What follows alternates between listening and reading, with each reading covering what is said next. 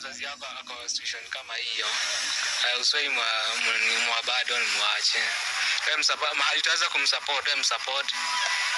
Uko nini baraka kutoka kwa wazazi. Huyo ni jamaa fulani anaitwa Karuma, na huyu jamaa amekuwa ni jamaa mzuri sana, ni kijana ambaye yuko na mfano wa kuigwa na vijana wengine. Anaitwa Kaluma ama Vincent Kaluma.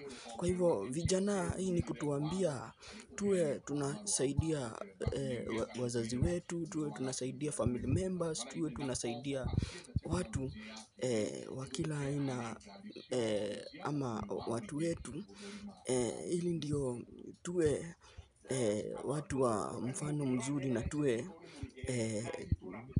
tunaonyesha mfano mzuri kama yeye wa kuigwa.